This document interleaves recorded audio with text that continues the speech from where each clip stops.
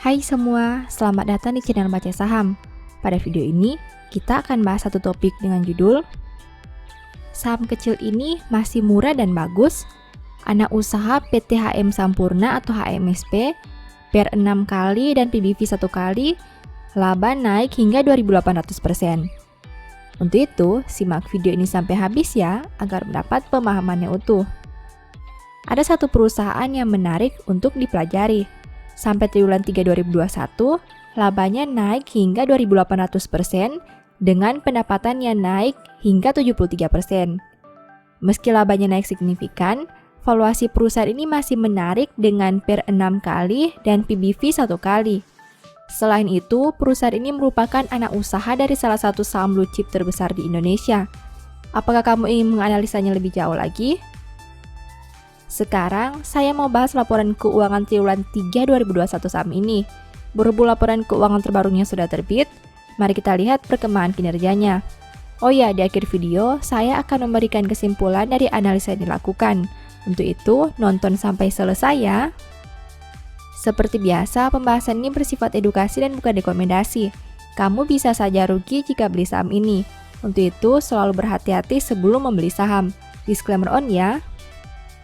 PT Sampurna Agro berdiri tahun 1993. Artinya, saat video ini dibuat, SGRO berusia sekitar 28 tahun. Perusahaan ini bergerak di sektor consumer non-cyclicals dengan subsektor F&B. Usia 28 tahun belum bisa dikatakan senior, tapi setidaknya cukup mempunyai pengalaman. Selain itu, kita juga bisa melihat kinerja perusahaan yang mengalami peningkatan dalam beberapa tahun terakhir. Artinya, perusahaan ini masih mengalami pertumbuhan setidaknya hingga tahun 2021. Oke, mari kita bahas laporan keuangan terbaru saham ini. Pertama, aset. SGRO mempunyai aset 9,76 triliun di tahun 2021. Sedangkan di tahun 2020, asetnya berjumlah 9,74 triliun. Artinya, aset perusahaan naik 0,02 triliun atau 0,21% dalam satu tahun ini. Sekarang mari kita analisa lebih jauh. Dari total aset 9,76 triliun, perusahaan punya tanaman belum menghasilkan sebanyak 3,17 triliun. Artinya 32,48% aset perusahaan berada dalam bentuk tanaman belum menghasilkan.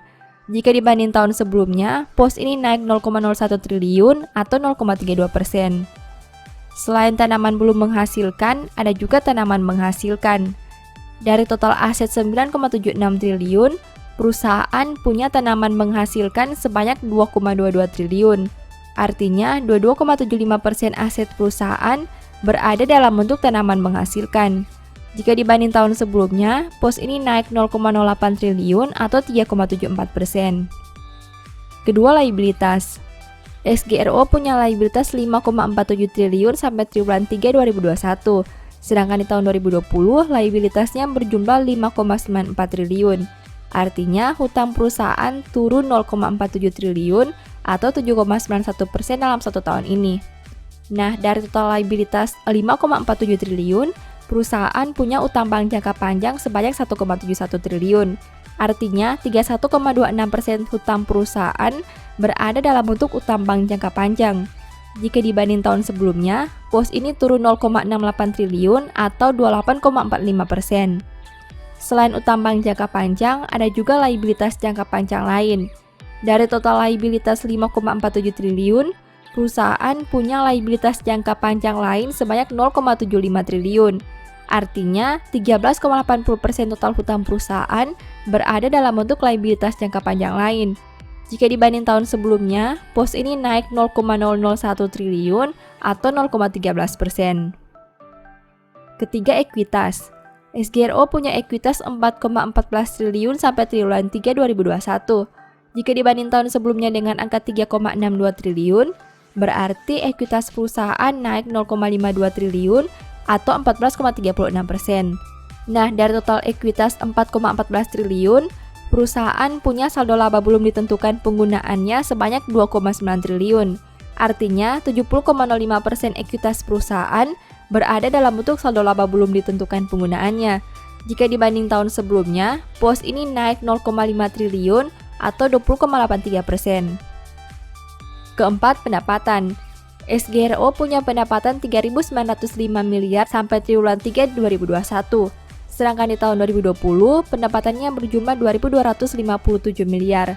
Berarti pendapatan perusahaan naik 1.648 miliar atau 73,02% dalam 1 tahun terakhir.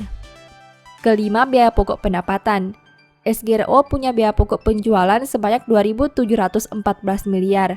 Sedangkan di tahun 2020, biayanya berjumlah 1.797 miliar.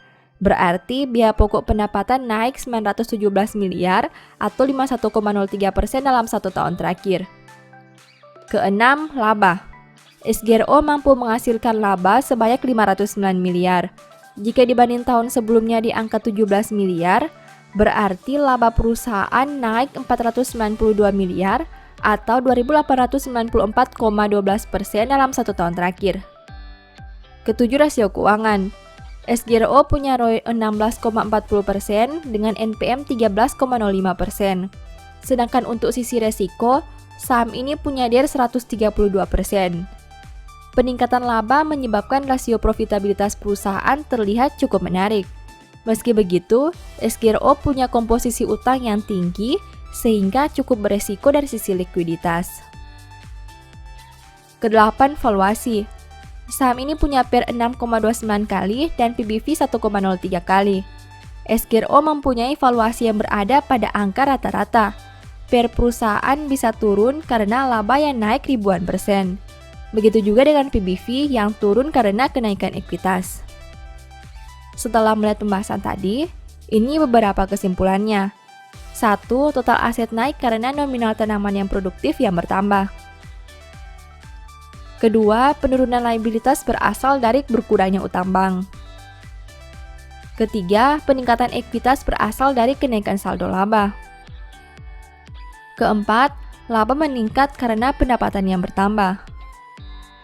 Kelima, rasio profitabilitas menarik, tapi komposisi utang perusahaan ini cukup besar. Keenam, valuasi cukup menarik, yang artinya tidak rendah, tapi juga tidak terlalu tinggi. Demikian analisa singkat saham SGRO berdasarkan laporan keuangan triwulan 2 2021. Selalu ingat bahwa pembahasan ini hanya dari sudut pandang pribadi. Tidak ada jaminan pasti profit dan mungkin saja kamu bisa rugi jika beli saham ini. Demikian informasi pada video ini, semoga bisa memberi manfaat kepada kamu semua ya. Oh ya, saya mau menyampaikan bahwa sekarang Baca Saham punya 3 e-book tentang saham yang mungkin saja bisa berguna bagi kamu, yaitu Strategi Nabung Saham, Analysis Report, dan The Stock Market. Berikut perbedaan antara 3 e-book tersebut. E-book Strategi Nabung Saham berfokus pada pembahasan teknik, money management, dan semua hal yang berhubungan dengan nabung saham. Poin intinya bisa dilihat pada tampilan berikut ini.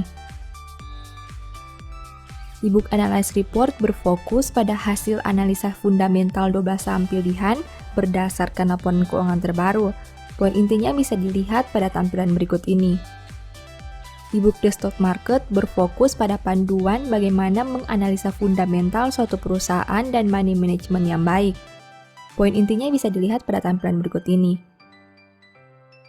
Apabila kamu tertarik membeli salah satu dari 3 e-book tadi, silakan chat WA ke nomor yang tertera di layar ya. Ingat, hati-hati terhadap semua jenis penipuan yang mengatasnamakan Baca Saham. Baca Saham tidak pernah mengelola dana ataupun melakukan penjualan produk di luar Instagram, YouTube, dan Telegram resmi Baca Saham. Sebagai penutup, saya mau mengutip satu statement yang semoga bisa menjadi semangat bagi teman-teman. Lebih baik menjadi orang kecil tetapi bekerja untuk diri sendiri daripada berlagak orang besar tetapi kekurangan makanan. Thank you.